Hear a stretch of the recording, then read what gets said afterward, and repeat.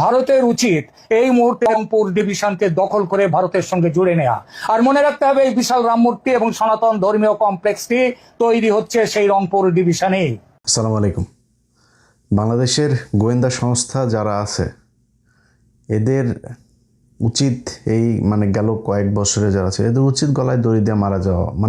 আমি হাসিনার সময় হাসিনা তো ইচ্ছা করেই করতো, হাসিনার পরে যারা ছিল ডিজিএফআই, এনএসআই, পুলিশের বিভিন্ন গোয়েন্দা সংস্থা যারা আছে, রাজনীতিবিদ, এদের সবার বাংলাদেশের এদের গলায় দড়ি দিয়ে মারা যাওয়া উচিত। আমি পিনাকি দাদা এই রংপুরের গাইবান্ধার এটার পলাশবাড়ির রাম মন্দিরের কথা যখন ভিডিওটা লিঙ্কটা আমার পাঠানোর পরে আমি একটু পরে লিঙ্কে ঢোকার পরে দেখি এটা দেখে আমি বিশ্বাস করতে পারছিলাম না। আমি মনে করছিলাম যে বোধহয় এটা এআই দিয়ে বোধহয় বানানো। এই দেশের রাজনীতিবিদ, এই দেশের ধর্মীয় নেতা, এই দেশের সাংবাদিক, গোয়েন্দা সংস্থা কোথায় আছে? তাদের চোখের সামনে দিয়ে, ভাই আপনারা সারা দিন পূজা করেন, আপনারা মূর্তি বানান, আপনারা মন্দির বানান, আমাদের কোনো সমস্যা নেই। বাংলাদেশের এই বাংলা, বিহার, উড়িষ্যা, এখনো পর্যন্ত কলকাতাতে আপনি খুঁজে দেখেন তো রাম মন্দির আছে কিনা এরকম একটা। এই পুরো বাংলা, বিহার, উড়িষ্যার বৃহৎ বাংলা যেটা, আপনি খুঁজে দেখেন তো যে কোন জায়গায় ওইদিকে আপনি আসামে যান, মণিপুরে যান, নাগাল্যান্ডে যান, কোন দিকে আছে আমাকে বলেন। রাম মন্দির কেন বানাইতে হবে? এটার পেছনে একটা বিশাল আকারের পরিকল্পনা ভারতের ছিল। সবার আগে প্রশ্ন হলো যে যেই ব্যক্তি আলু পটল বিক্রি করা এক ব্যক্তি ভ্যানে করে যে সবজি বিক্রি করত, সে হঠাৎ করে এরকম বিশাল মন্দিরের তার কাছ থেকে টাকার হিসাব নিতে হবে যে সে টাকা কোথায় পাইল। এরপরে আস্তে আস্তে যাইতে হবে গোয়েন্দা সংস্থার যে কিভাবে হইলো, কারা ফান্ডিং করলো, কেন ফান্ডিং করলো, এটার পেছনে কি। আপনাদের নিশ্চয়ই মনে আছে যে ভারতে এক রাম মন্দিরের কথা বলে তারপরে তারা অযোধ্যাতে একটা মসজিদ ভেঙে ফেললো এবং সেইখানে সবশেষ তারা মন্দির বানিয়েই ছাড়লো। মসজিদের জন্য জায়গা দিয়েছে অন্যদিকে, বাট ওইখানে তাদের মন্দির বানাইতেই হবে, ওইটা তাদের এখন আমরা থাকবো না। অনেক বাংলাদেশের বহু পয়সাওয়ালা, বহু ক্ষমতা সম্পন্ন লোকজন এখন কথা বলার সময় জায়গায় জায়গায় তারপরে বলতে পারে, বাট আপনি অনেক টাকা পয়সার মালিক হয়েছেন, বিশাল ক্ষমতার মালিক হয়েছেন, আপনি আপনার সন্তানকে এই দেশে রেখে যাবেন। আজ থেকে 50 বছর, আজ থেকে 100 বছর, 200 বছর পরে বলবে যে এটা হচ্ছে গিয়ে রামের পুণ্যভূমি, এই দেশ পুরোটাই আমাদের দিয়া দাও। একজন হিন্দু নেতা, তার বক্তব্য শোনার পরে শরীরের প্রতিটা লোম দাঁড়িয়ে গিয়েছে। বক্তব্যটা শোনেন। রাম মূর্তি কতটুকু হবে, কত ইঞ্চি হবে, সেটা ঠিক করবে দেশের হিন্দুরা। তোরা ঠিক করার কে? রাম মন্দির দেখা গেল কি দেখা গেল না? তোরা যদি রাম মন্দিরকে ভয় পাস, তোরা প্রয়োজনে পলাশ বাহিতে যাস না, তোরা প্রয়োজন বোধে গাইবান্ধা থেকে অন্য জেলায় চলে যা। রাম মন্দির প্রতিষ্ঠা হবে। এই বাংলাদেশে রাম মন্দির প্রতিষ্ঠা কেউ ঠেকাতে পারবে না। বাংলাদেশে এমন কোনো শক্তি নাই যে রাম মন্দির প্রতিষ্ঠা ঠেকায়। রাম মন্দির আপনারা প্রতিষ্ঠা করেছেন, রাম মন্দির হবে এবং আগের চাইতে অনেক সুন্দরভাবে রাম মন্দির হবে। সারা বাংলাদেশের লোক সেখানে যাবে। আজকের এই ছাত্র এবং ছাত্র যুবদেরকে আমি ধন্যবাদ জানাই। অল্প সময়ের মধ্যে একটি প্রতিবাদ তারা করেছে, প্রতিবাদের সূচনা তারা আজকে করেছে এবং ঘোষণা দিয়েছে যতদিন পর্যন্ত পলাশবাড়ীতে রাম মন্দির নির্মাণ না হবে ততদিন পর্যন্ত এই ছাত্র জনতা সারা বাংলাদেশে আন্দোলন করবে। যেহেতু তারা ঘোষণা দিয়েছে, আমি এই দেশের হিন্দু ছাত্র এবং যুবদেরকে চিনি, যেহেতু তারা ঘোষণা দিয়েছে, তারা এই ঘোষণার ফল না পাওয়া পর্যন্ত ঘরে ফিরবে না, এটা আমার বিশ্বাস। চিন্তা করেন, বাংলাদেশে বসা বাংলাদেশের 92% মানুষকে বলে এই দেশ থেকে তাদেরকে চলে যেতে হবে তাদের রাম মন্দির বানানোর জন্য। এই গেল কয়েকদিনে, এই এক সপ্তাহের ভেতরে কয়েকটা মিছিল তারা বের করেছে।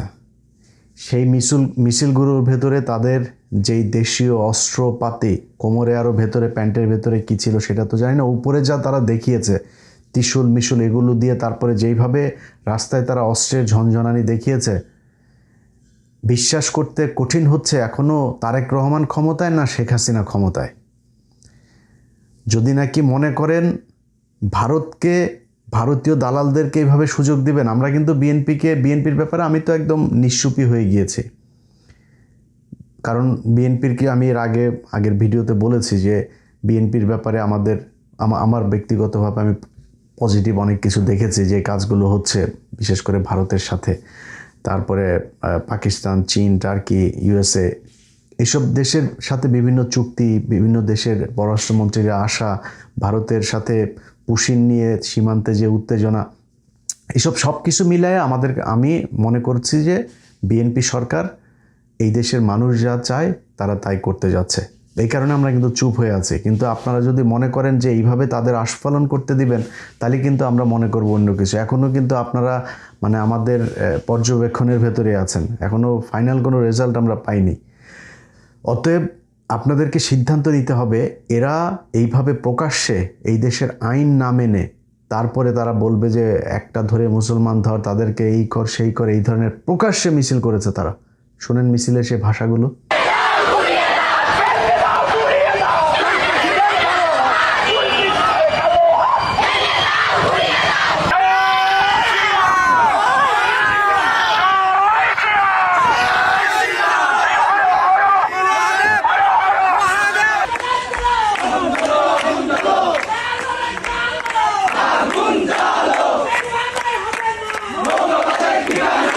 এটা এই সম্প্রতি এই মিছিল হয়েছে।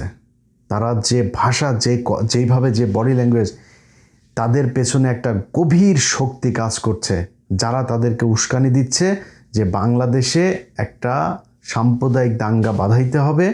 এখন যদি নাকি ধরেন মুসলমানরা যদি যায় বলে যে আমরা রংপুরে বাংলাদেশের সর্ববৃহৎ মাদ্রাসা, ধরেন দেওবন্দের আদলে যদি এখন বাংলাদেশে একটা ওইরকম মাদ্রাসা প্রতিষ্ঠার জন্য আলেমরা বলে, তাইলে তো বাদবে। আমার দেশে হইতে পারে না মাদ্রাসা? আমি মনে করি আলেমদের এখন উচিত তাদের মূল যে টার্গেট সেটা হচ্ছে রংপুর গাইবান্ধার এই অঞ্চলকে, এই যে চিকেন নেক, এটা হাসিনার সময়ের থেকে আস্তে আস্তে তাদের ধর্মীয় লোকজনকে ওইখানে নিয়ে মোটামুটি ওইটাকে পুরো তাদের অধ্যুষিত এলাকা বানায় তারপরে চিকেন নেকটাকে একটু লম্বা করা, এটা ছিল মূল টার্গেট। আর বাংলাদেশ তো তাদের দখলে ছিলই। দেখেন, বিষয়টাকে যত ছোট করে, যত মানে তুচ্ছ তাচ্ছিল্য করে দেখতে চাবেন, বিষয়টা এরকম না। এই ভারত এর আগে ঠিক একই ঘটনা দিয়ে, একই রকম কাহিনী করে, নাটক সাজিয়ে তারা ভারতের একাধিক রাজ্য তাদের আশপাশে থেকে তারা দখল করেছে। এই যে আজকের যে হায়দ্রাবাদ দেখছেন, এই হায়দ্রাবাদের তখনকার যে নিজাম ছিল, পৃথিবীর সবচাইতে ধনী রাষ্ট্রের মধ্যে একটা ছিল এই হায়দ্রাবাদ। স্বাধীন রাষ্ট্র ছিল, যখন কিনা আপনার ব্রিটিশরা এই 47-এ করে দিয়ে গেল, আপনার আলাদা করলো পাকিস্তান, ভারত, এর মধ্যে এই হায়দ্রাবাদ, জুনাগড়, গোয়া সহ কয়েকটা রাজ্য তারা একসাথে হয়নি। তারা বলেছে আমরা ভারতের সাথেও থাকবো না, পাকিস্তানের সাথেও থাকবো না। এই হায়দ্রাবাদের নিজাম তিনি পাকনামি করে তারপর এটা বলল কয়েক মাসের মাথায়, কয়েক দিনের মাথায় আপনার ইন্ডিয়া তাদের ওইখানে বলল যে আমাদের হিন্দুদের উপরে নির্যাতন হচ্ছে। এটা বলে তারপরে হিন্দুদের সাথে করে আপনার ওইখানে তাদের সেনাবাহিনী ঢুকে কয়েকদিনের একটা অপারেশনে কয়েক হাজার মানুষকে, সেখানে মুসলমানদেরকে হত্যা করা হয়েছে, হাজার হাজার নারীদেরকে সেখানে ধর্ষণ করা হয়েছে, করে তারা পুরো হায়দ্রাবাদটা নিয়ে নিল। জুনগর একই কাজ করেছে। গোয়াতে একটা ছোট্ট নৌকার মধ্যে আগুন দিয়ে তারপরে পুরো গোয়াটাকে দখল করে নিয়েছে। বলেছে যে এটা একজন হিন্দু সেখানে মাছ ধরতে গিয়েছিল, তার উপরে সাম্প্রদায়িক হামলা হয়েছে। এই কথা বলে তারপরে তার এই ইয়েটার মধ্যে, আপনার নৌকার মধ্যে আগুন ধরিয়ে দিয়ে বলল যে আমাদের এখানে সাম্প্রদায়িক হচ্ছে, আমাদের এখানে ইন্টারভেনশন করতে হবে। তারা যা সেখানে সেনাবাহিনী ঢুকাই দিয়ে গোয়াটারে দখল করে নিল। এরপরে সিকিম কিভাবে করেছে, পরবর্তীতে আরও কয়েকটা রাজ্যের, এগুলো আপনারা জানেন। সো আমাদের এখানে তারা যেটা এখন করতে চাচ্ছে, এই সাম্প্রদায়িক দাঙ্গা বাধায় তারপরে এখানে একটা মিলিটারি একটা ইন্টারভেন করতে চায়। সো আমার প্রথম কথা হচ্ছে যে সরকারের কাছে, সরকার কি মানে সেই আগের মতো পায়ে ধরে থাকতে চায় নাকি সম্মান নিয়ে থাকতে চায়, সেটা আমাদের কাছে পরিষ্কার হইতে হবে। আজকে যদি নাকি এই হায়দ্রাবাদ, জুনগর, সিকিম সেগুলোর মতো করে যদি আমাদের এইখানে করতে চায়, আমাদের কি কি করণীয় আছে, আমাদের কোন প্রস্তুতি নিতে হবে, কি করতে হবে, সেটা আমাদের এখন করতে হবে। আপনি এই যে এই ধরনের তাদের কিছু নেতা আছে, যেমন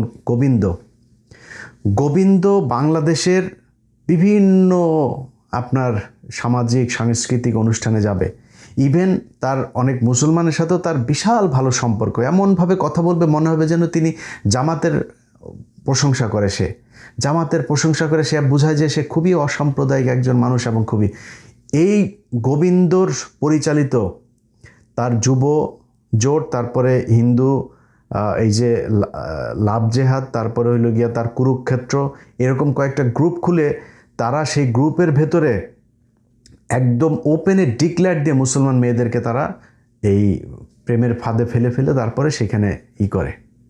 এক হিন্দু আরেক হিন্দুকে সাহায্য করে মুসলমান মেয়েদেরকে তার গর্ভে সন্তান দিয়ে তারপরে তাদের ভেঙে যাওয়া, তাদের পরিকল্পনা, মানে এটা তাদের বিশ্বাস যে তারা মুসলমানদের পেটে এইভাবে তাদের সন্তান দিতে দিতে একসময় এখানে সব নাকি তাদের ধর্মের লোক হয়ে যাবে। একদম ওপেনে তাদের গ্রুপের মধ্যে, আমি 15 মিনিটসের প্রোগ্রাম করেছি সেগুলো নিয়ে, তাদের গ্রুপে কোনো ব্যবস্থা নেয়নি তখনকার সরকার, এই ইউনূস সরকার কোনো ব্যবস্থা নেয়নি। এবং এখনও পর্যন্ত আপনার এই যে গোবিন্দ, সে বাংলাদেশে যে সুন্দর করে কথা বলে না, তার আমি 2024 সালে যখন হাসিনা পালায় গেল, এই হাসিনা পালানোর 15 দিনের মাথায় সে ভারতীয় একটা চ্যানেলে গিয়েছিল, তখন বাংলাদেশের একটা চ্যানেলেও আবার সে করেছিল, সেখানে সে বলছে যে না, হিন্দুদের উপরে কোনো ধরনের নির্যাতন হচ্ছে না, আমরা সবাই অসাম্প্রদায়িক, এই দেশে যেগুলো করা হচ্ছে সেগুলো রাজনৈতিকভাবে। সে ভারতীয় এক চ্যানেলে গিয়ে, তাদের মানে জাতীয় চ্যানেল, সেইখানে গিয়ে সে কি বলে এসেছে আপনি শোনেন, তারপরে বুঝতে পারবেন যে সে কত বড় মানে হিপোক্রেট এবং কত মানে গভীর ষড়যন্ত্র সে ভারতের সাথে করে। তার বক্তব্যটা শোনেন। बांग्लादेश में हर दिन किसी न किसी जगह पर हमला हो रहा है। जमीनों पर कब्जा, लड़कियों का अपहरण, बलात्कार, झूठ धर्म का अपमान करने बयाने गांव के गांव जला जा रहा है। घर व्यवसाय लूटपाट धर्मांतरकरण किया जा रहा है। परिणाम स्वरूप हिंदू देश सरकार भाग गया है। এটা হচ্ছে এই গোবিন্দদের আসল চরিত্র।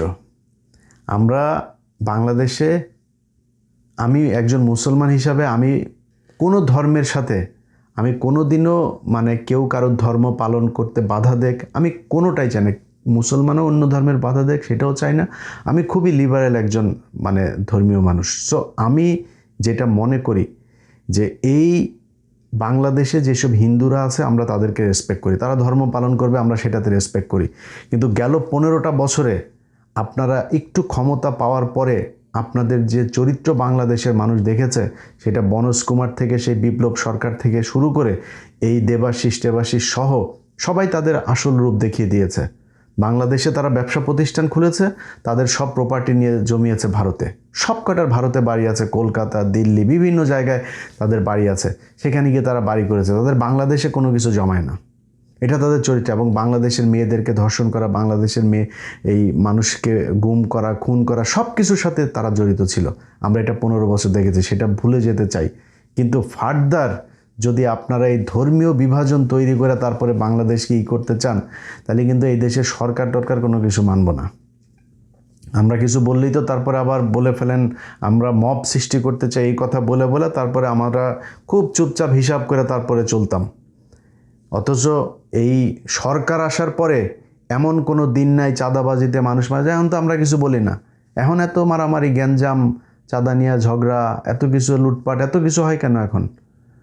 আমরা কিন্তু সব বুঝি যে ঠান্ডা করে কোনো রকম সবাইরে ঠান্ডা করে দিয়া ধান্দাবাজি করাই হচ্ছে গিয়ে মূল উদ্দেশ্য, এটা আমরা বুঝি। সো এগুলো আপনারা করেন, কোনো সমস্যা নেই, বাট দেশের সার্বভৌমত্বের প্রশ্নে যদি কোনো আঘাত আসে তাহলে কিন্তু আবার সে হাসিনার মতো পাগলামি শুরু করে দেব।